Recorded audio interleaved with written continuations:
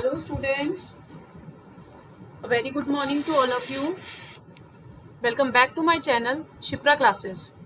जैसा कि आप सबको पता है कि हम काफ़ी टाइम से teaching styles and methods discuss कर रहे हैं। ये बहुत लेंथी टॉपिक है, इसलिए इसमें इतना टाइम लग रहा है। वैसे तो मैं एक वीडियो में कवर कर लेती, लेकिन वो वीडियो बहुत लंबी हो जाती, जो कि आप लोग एक बार में देख भी नहीं पाते। अभी क्या है, छोटे छोटे पार्ट्स में मैं एक एक दो मेथड्स आपके सामने लेकर आ रही हूँ, ताकि आपको धीरे धीरे सारे कॉन्सेप्ट्स भी क्लियर हो जाएं, सब हौच पौच भी ना हो और अच्छे से समझ में भी आ जाए।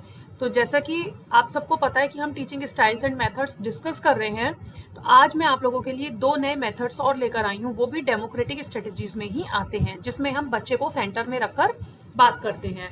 बच्चा क्या होता है उसमें, child centred primary, and teacher उसमें सेकेंडरी रोल प्ले करता है।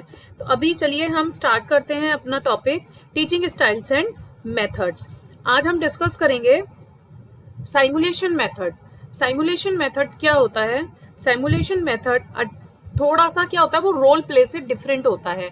साइमुलेशन रोल प्ले में हम क्या करते हैं, कोई भी एक कैरेक्टर देते हैं और डायलॉग्स लिख कर देते हैं, वही डायलॉग्स बोलने होते हैं बच्चे को और उसको एक्ट करना होता है। लेकिन साइमुलेशन में क्या होता है, प्रैक्टिकली उसको सिखाया जाता है। साइमुलेशंस आर करना उसमें भी उसको वही होता है, लेकिन रोल प्ले से किस तरीके से डिफरेंट है आज हम ये जानेंगे। Simulation are slightly different than role play in that students become involve in situation. बच्चों को एक सिचुएशन दी जाती है, उसमें कहा जाता है उसमें इन्वॉल्व होकर उन्हें उसको सॉल्व आउट करना है। करते हम रोल प्ले में भी ऐसा ही है। And have to use what they have to use, what they have learn and their own intellect to work through the simulation. इसमें क्या है, इसके थ्रू बच्चा जब किसी सिचुएशन में जाने के बाद में अपने आप को इन्वॉल्व कर लेता है, तो इससे उसकी एक तो इंटेलेक्चुअल माइंड पावर बढ़ती है, उससे वो कुछ नया सीखता है। किसके थ्रू? साइमुलेशन के थ्रू। लाइक जैसे जब हम मेडिकल की तैयारी कर रहे हैं, सपोज टू बी, ठीक है, अभी आप अपकमिंग डॉक्टर बनने वाले हैं अगर, तो क्या होता है, डॉक्टर्स के प्रैक्टिकल्स होते हैं। अगर कोई डेंटिस्ट ही है तो क्या होगा कि डेंटिस्ट को पहले दांतों पे ट्रीटमेंट करना सिखाया जाता है, प्रैक्टिकल सिखाया जाता है। या अगर कोई हार्ट का डॉक्टर बनने वाला है तो उसे पहले उस चीज के बारे में बताया जाता है, एक डमी के ऊपर उसको अप्लाई करवाया जाता है, किस तरीके से हमें कैसे आगे इन फ्यूचर अपने पेशेंट्स को ट्रीट करना है। तो उन्हें प्रैक्टिकल चीजें बताई जाती हैं, सारे जैसे कि सारे टीथ के बारे में आपको बताया जाएगा अगर आप अपकमिंग डेंटिस्ट बनने वाले हैं। तो उसमें क्या होगा कि वो सारे पहले दांतों के बारे में जानेंगे, दांतों में कौन सा इन्फेक्शन, कैसे कैसे उसको ट्रीटमेंट देना है, तो वो सब चीजें उन्हें प्रैक्टिकली पहले से बताई जाती हैं। लेकिन रोल प्ले में क्या होता है, रोल प्ले में ऐसा नहीं होता है। उसमें क्या होता है, आपको डायलॉग्स ऑलरेडी गिवन होते हैं। अभी अगर आप किसी सिचुएशन में आज आप डेंटिस्ट बन गए, आज आपने दांतों का ट्रीटमेंट करना सीख लिया। इन फ्यूचर जब आपके पास कोई पेशेंट आया तो आपको उसे अपनी तरीके से डील करना है, उस सिचुएशन में अपने आप को डालकर, जो आपने पहले सीखा है। लेकिन रोल प्ले में क्या होता है, रोल प्ले में ऑलरेडी रिटन डायलॉग्स होते हैं और आपको उस रोल प्ले को एक्ट करना होता है, उस कैरेक्टर को एक्ट करना होता है। फॉर एग्जाम्पल, जैसे मैं एक एग्जाम्पल आप लोग के लेके आई हूँ, a government simulation might have the students create legislature where they have to create and pass the legislation. अभी बच्चों से क्या किया गया कि आप एक लेजिस्लेचर तैयार कीजिए, विधानसभा जिसे हम बोलते हैं विधानसभा, ठीक है। बच्चों ने एक लेजिस्लेचर तैयार करा और बच्चों से ये कहा गया कि अब आप इसको इस तरीके से क्रिएट कीजिए और अपना जो रूल्स, लेजिस्लेशंस, जो लॉज हैं वो आप पास आउट कीजिए। मीन्स कि अगर आप एक लेजिस्लेचर में बैठे हैं, विधानसभा में बैठे हैं, किस तरीके से आप वहां पर एक्ट करेंगे, किस तरीके से आप वहां पर रिस्पॉन्स देंगे। तो अगर आप किसी सिचुएशन में हैं तो आपका रिस्पॉन्स क्या होगा, तो पहले से ही उनको ये बताया गया कि विधानसभा में बैठने के बाद या एक लेजिस्लेचर तैयार होने के, क्रिएट होने के बाद में आपको किस तरीके से उसे क्रिएट करना है और किस तरीके से वहां पे लेजिस्लेशंस पास आउट करने हैं, ठीक है। तो ये एक एग्जाम्पल हुआ कि आपको एक सिचुएशन दी गई कि लेजिस्लेचर क्रिएट होने के बाद में आप उसको कैसे क्रिएट और कैसे पास करोगे लेजिस्लेशन को, ठीक है। They have a great ability to be interest building. तो इसमें क्या होता है, जिस बच्चे का इंटरेस्ट होगा इसमें लेजिस्लेशन में, वो क्या करेगा, उसका इंटरेस्ट डेवलप हो जाएगा उसी टॉपिक पर, ठीक है। क्यों? क्योंकि अगर किसी स्टूडेंट को पॉलिटिक्स में इंटरेस्ट है तो इट मीन्स कि वो कहीं ना कहीं अपना interest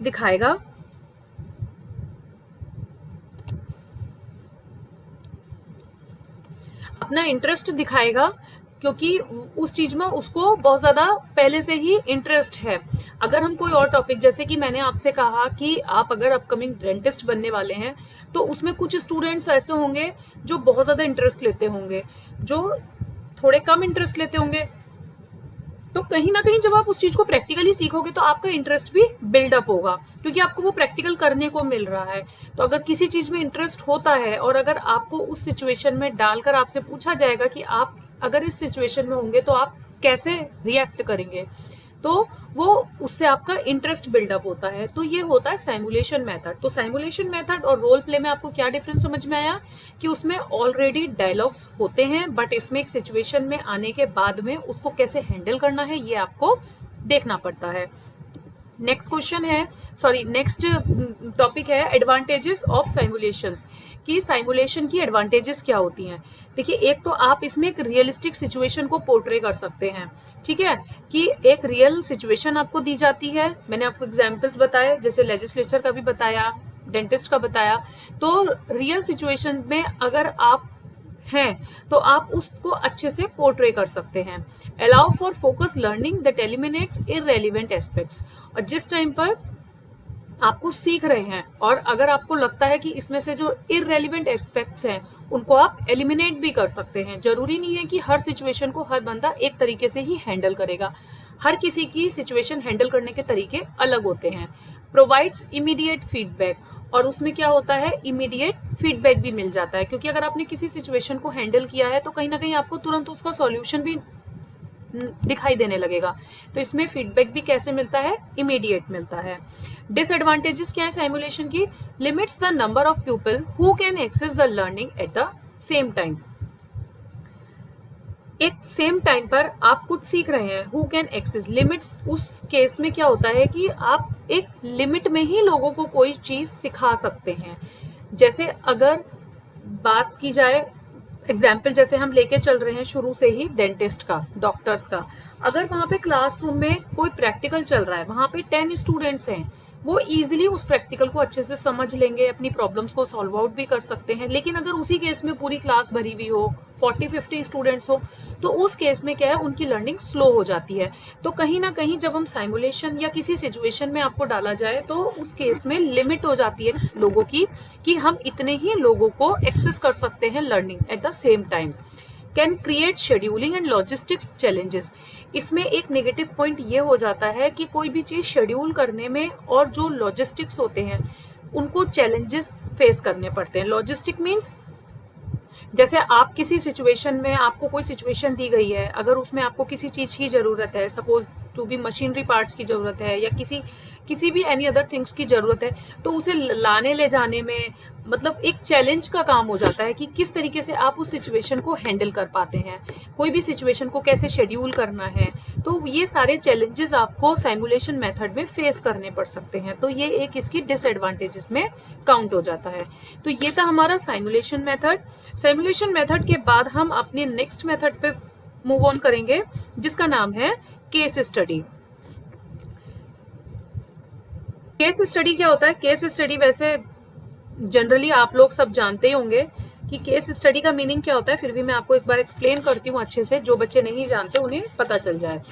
case studies are used to allow the students to examine और analyse the specific situations that they may be facing in the future. अब केस स्टडी में आपको एक कोई केस दिया जाता है और कहा जाता है कि पर्टिकुलर इस सिचुएशन को एनालाइज करो, एग्जामाइन करो, और अगर फ्यूचर में आपके पास ये सिचुएशन आती है तो आप उसको किस तरीके से फेस करेंगे। तो अगर आपको कोई केस दिया गया, आप पहले उसको पूरा स्टडी करेंगे और फिर आपसे पूछा जाएगा कि आपने क्या एनालाइज किया, अगर आप इस सिचुएशन में होते तो आप कैसे उस सिचुएशन को फेस करते। तो केस स्टडी का मीन्स क्या हुआ, किसी भी केस को डीपली स्टडी करना एंड देन उस सिचुएशन, पर्टिकुलर सिचुएशन को एनालाइज करना, एग्जामाइन करना, और how to face in the future in the same situation. It is helpful for allowing the students to access how much they have learned and how comfortable they will be in using the information to solve problems in the future. अभी और किस में helpful होता है कि students को ये allow करता है कि आप how much they have learn, आप इससे कितना सीख सकते हैं, आप इसमें कितना कंफर्टेबल हैं. मीन्स कि अगर फ्यूचर में solve information to solve problems, कि आप फ्यूचर में अगर किसी सिचुएशन में फंस जाएं इस तरीके की, तो आप उसके रिगार्डिंग कितनी भी नॉलेज को गेन कर सकते हैं, कितना ही आप उसके साथ सीख सकते हैं. तो ये सब स्टूडेंट्स को अलाउ करती है कि how much they have learn and how comfortable they will be in using the information, कि आप किस तरीके से जो आपने केस स्टडी से इंफॉर्मेशन गेन करी है, तो आप इन फ्यूचर अपनी प्रॉब्लम्स को उससे कैसे सॉल्व कर सकते हैं. अगर कोई केस स्टडी आपको दी जाए और आपसे कहा जाए कि ये एक केस स्टडी है और इसको सॉल्व कीजिए, कि आप अगर इस सिचुएशन में होते तो आप क्या करते, तो सबसे पहले आप उस केस को पढ़ेंगे, समझेंगे, एग्जामाइन करेंगे, देन आप फाइनल रिजल्ट तक पहुंचेंगे. तो क्या करा आपने, उस केस से बहुत कुछ सीखा, और फिर जो उस केस से आपने इंफॉर्मेशन इकट्ठी की, फिर आपने जो भी उसमें प्रॉब्लम्स आ रही थी उन प्रॉब्लम्स का सॉल्यूशन दिया. तो ये हुआ केस स्टडी मेथड. अब हम बात करेंगे एडवांटेजेस ऑफ केस स्टडी, कि केस स्टडी के एडवांटेजेस क्या होती हैं, क्या बेनिफिट्स होते हैं. Develop analytic and problem solving skills. Case study, जब हम केस स्टडी मेथड पढ़ रहे होते हैं या हम कोई केस स्टडी सॉल्व कर रहे होते हैं, तो उससे क्या होती है, बच्चे के अंदर एक एनालिटिक और प्रॉब्लम सॉल्विंग स्किल्स डेवलप हो जाती है. आजकल तो छोटे छोटे स्टूडेंट्स के एग्जाम्स में, स्कूल्स में 5th स्टैंडर्ड से 4th के बाद 5th स्टैंडर्ड से केस स्टडी एग्जाम्स में पूछी जाती है. कोई भी केस दे दिया जाता है, उसमें 4-5 क्वेश्चंस गिवन होते हैं और पूछा जाता है कि अगर आप इस सिचुएशन में होते तो आप कैसे फेस आउट करते. तो उससे क्या है, बच्चे की एनालिटिक पावर भी बढ़ी और उनकी प्रॉब्लम सॉल्विंग स्किल्स भी इम्प्रूव हुई. तो ये एक प्लस पॉइंट है केस स्टडी का, जिससे बच्चा एनालिटिक और प्रॉब्लम सॉल्विंग स्किल को डेवलप कर सकता है. Allow for exploration for solutions for complex issues. और बच्चे को जो है कॉम्प्लेक्स इश्यूज को सॉल्व करने के लिए, एक्सप्लोर करने के लिए भी अलाउ किया जाता है. अगर कोई कॉम्प्लेक्स इशू है, बच्चा उसको सॉल्व नहीं कर पा रहा है, तो बच्चे से ये कहा जाता है कि आप एक्सप्लोर कीजिए, आप ढूंढिए, रिसर्च कीजिए और फिर हमें बताइए कि इसका सोल्यूशन क्या हो सकता है. जरूरी नहीं है कि आप अपने हिसाब से उसका आंसर दें.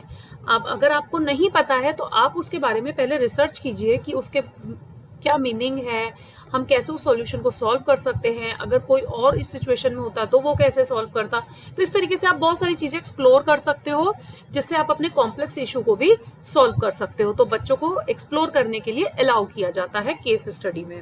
तो ये हुए एडवांटेजेस ऑफ केस स्टडीज. अब नेक्स्ट स्लाइड पे हम पहुंचते हैं, जिसमें हम बात करेंगे डिसएडवांटेजेस की, कि what is the disadvantages of case study. Students may not see relevance to own situation.